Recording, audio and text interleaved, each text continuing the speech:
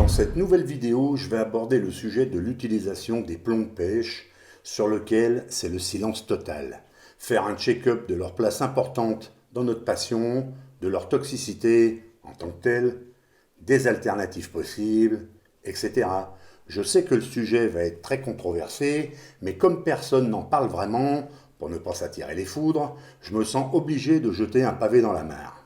Je vous le dis tout de suite, qu'après avoir visionné cette vidéo, ceux qui auront des réactions plus ou moins négatives, déjà, je m'en fous. Par contre, nous connaîtrons exactement ceux qui n'ont rien compris au game. Comme d'hab, 15 secondes de promo, et je vais plomber l'ambiance. Non, je déconne.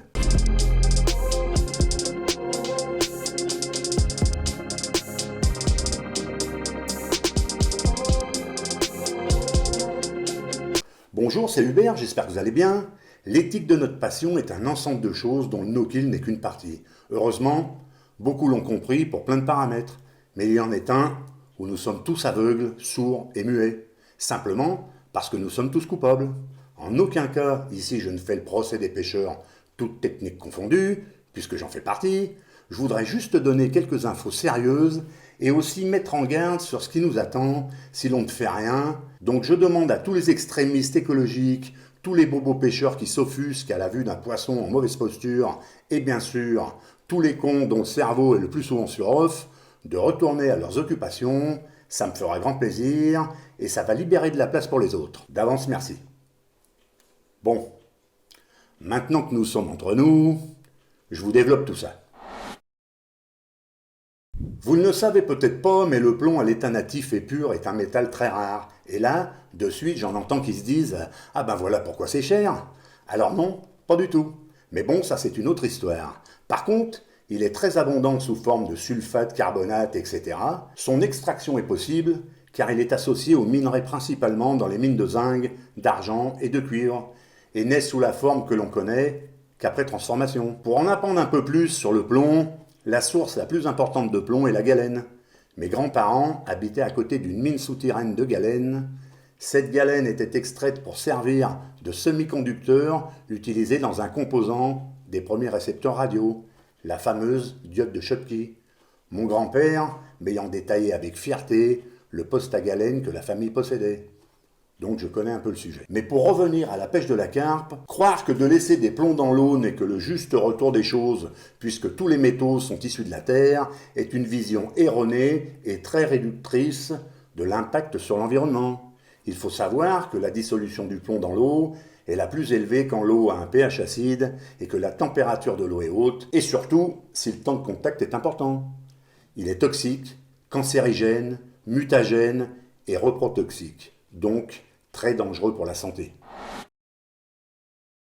Quand je vois dans les groupes de pêcheurs des annonces de vente de plomb de pêche à la carpe à 1 €, je me dis que les fondeurs de garage sont de piètres commerçants et surtout d'une inconscience totale. J'ai envie de parler aussi de cela car de temps en temps, j'en fabrique aussi. Cependant, j'ai travaillé pendant 42 ans dans une entreprise chimique où les normes de sécurité et d'hygiène étaient strictes et j'ai appris à me protéger. Gants anti-chaleur, tablier de protection en cas de chute de métal en fusion, travail en extérieur et surtout masque à cartouche interchangeable, professionnel, dont la capacité de filtration des vapeurs va de 1 heure à 4 heures, suivant le degré d'exposition. Et c'est sur ce dernier point que je vais insister, car je doute fort que ces fondeurs de garage en possèdent. Et là, pour 1 € le plomb, à cause de ces vapeurs toxiques, ils s'exposent à des troubles physiologiques importants, pouvant même entraîner la mort. Tout ça pour 1 € le plomb. Autant de risques pour un gain dérisoire, car permettez-moi de vous dire que la fabrication des plombs pour la carpe prend du temps. Car il y a beaucoup d'étapes lorsqu'on le fait chez soi avec du plomb de récup. Sans compter le matériel de sécurité que je vous ai cité, il faut un fondoir, ou au pire une casserole solide, des moules à plomb de différentes tailles, des agrafes dédiées, des émerillons, de la poudre plastifiante, un décapeur thermique, etc. Tout cela avant d'avoir fait le moindre plomb. Et ensuite, le travail commence. Fondre une première fois le plomb pour enlever toutes les impuretés, métal, tartre, peinture, etc.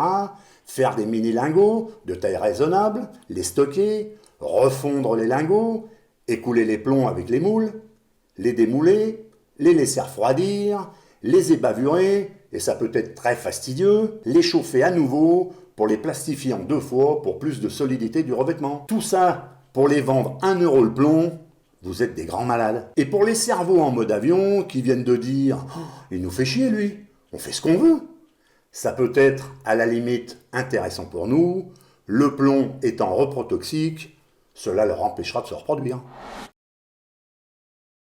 Je fabrique quelquefois des séries de plombs pour mes sessions de pêche en rivière et en grand lac. Pourquoi? Eh bien simplement que vu les grammages importants qu'il me faut, je ne le cache pas, cela peut devenir très onéreux. Chaque plomb se situe entre 250 et 400 grammes, donc imaginez lorsque vous fabriquez 100 plombs. Je les plastifie en forte épaisseur, puisque je ne pratique que la dépose en bateau, et donc le volume m'importe peu.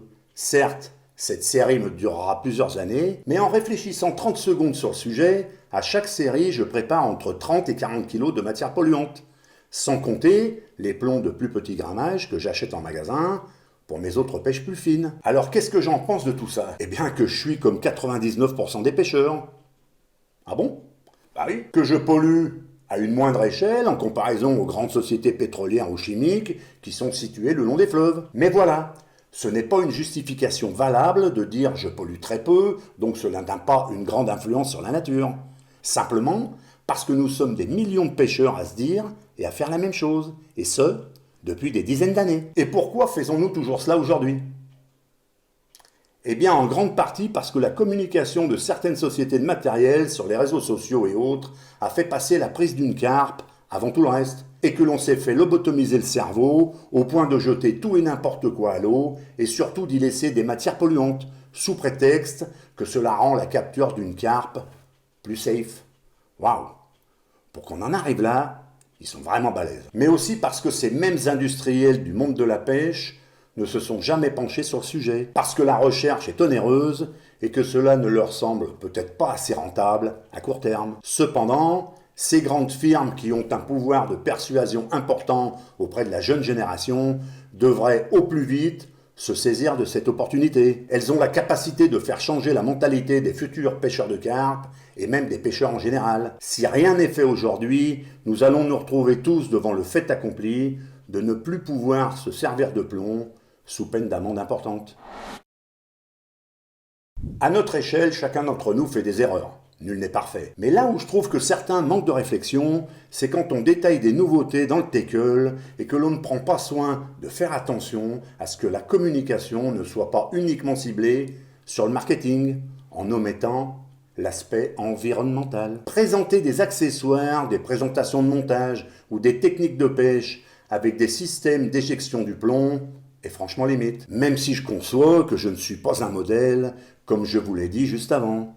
Je pense que pour ce genre de démonstration, utiliser un caillou bien photogénique serait nettement plus judicieux. Je pense même que si j'ai ma part de responsabilité dans l'éducation des jeunes générations par les vidéos que je fais, dans le but qu'elles évitent de reproduire certaines erreurs que nous avons faites, je n'ai évidemment pas la même visibilité que ces grandes sociétés. Et que cela aurait beaucoup plus d'impact que cette petite vidéo que je vous présente. Vous allez certainement me dire, ouais mais toi, depuis le temps que tu pêches, est-ce que tu as trouvé d'autres choses pour remplacer les plombs en plomb? Ouais, on en a tous trouvé, mais elles ne sont pas universelles dans notre façon de pêcher. Car mettre une pierre pour remplacer le plomb, c'est bien, et c'est pas cher. Je le fais en lac de barrage quand les postes sont encombrés. Il est possible aussi de le faire en rivière lorsqu'on dépose les montages, mais impossible lorsque celui-ci doit être lancé du bord. Quand il y a beaucoup de courant, le volume et la charge à propulser sont trop importants. Et là, je parle en rapport à un plomb de même grammage. Vous allez juste casser votre canne. Et là, je sais ce que vous pensez. Que ce soit un plomb de 400 grammes ou une pierre de 400 grammes, le poids est le même. Oui, sauf que le volume de l'ensemble et donc le coefficient de pénétration dans l'air est beaucoup plus important en fonction de ce volume. Ce n'est pas pour rien que les cannes à spoder sont des cannes beaucoup plus fortes que les autres. Donc, les pierres, c'est super bien, mais pas partout, et surtout pas souvent. J'ai aussi essayé des écrous de 32 à 40, à l'état brut, pour se dire je ne mets pas de plomb, mais du fer. Un peu une idée de merde. Car même si la toxicité du fer n'est pas effective et que quelle que soit la concentration, cela n'a aucun danger sur la santé, ça a pas mal d'inconvénients quand même. C'est cher à l'achat puisqu'aussi issu d'une fabrication Il faut les dégraisser pour enlever l'huile issue de l'usinage, bien les stocker au sec, et dès qu'on les immerge, ça rouille. Le seul moyen est de les plastifier pour les garder plus longtemps. Si vous voulez essayer, pas de souci, ça fonctionne. Il est bien évident que chaque fois qu'on lance ou pose un montage, la plupart du temps, on le remonte. Fort heureusement, sinon on aurait déjà atteint le point de non-retour. Mais il y a d'autres alternatives qui commencent à apparaître sur le marché. Mais elles sont totalement ignorées par les pêcheurs de carpe. Cela sera excessivement difficile de faire changer les mentalités, car trop peu ont une vision à long terme. Je vous le répète, même si je suis loin d'avoir fait tout ce qu'il fallait pendant toutes ces années, j'ai quand même essayé de faire au mieux. Aujourd'hui, même si je pêche encore avec des plombs en plomb, j'alterne avec une nouveauté qui nous vient des pays de l'Est et qui, je pense, ou tout du moins j'espère, va pouvoir remplacer les plombs en plomb. Je vous en parlerai bientôt. Cela fait quelques mois que je me sers de ces lestes sur mes cannes et dans plein de conditions différentes. J'en suis content pour l'instant car ils ont des atouts autres que d'être non toxiques. Sans être un produit venu d'une autre galaxie, cela peut certainement être un début pour changer notre façon de pêcher et pour l'instant, ils sont moins chers que la majorité des plombs du commerce légal. Et puis comme cette nouveauté ne sera certainement pas parfaite en tout point, elle sera peut-être le déclencheur à cette recherche de nouveaux concepts de l'Est. C'est aussi à nous, pêcheurs, de pousser les industriels à trouver des solutions. Cependant, pour cela, il faudra que l'on accepte quelques compromis.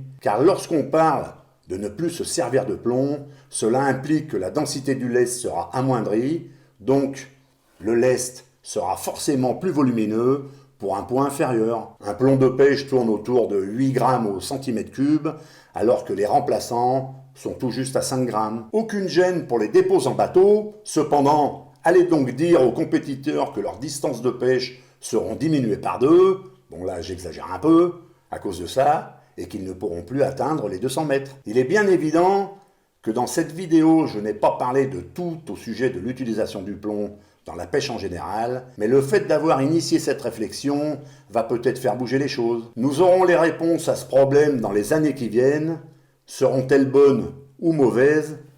Personne ne le sait, mais croisons les doigts. J'espère que cette petite vidéo vous aura intéressé. Le petit pouce bleu, c'est juste pour me faire plaisir. Et continuez pour les commentaires, vous êtes vraiment au top. À bientôt et gardez la pêche.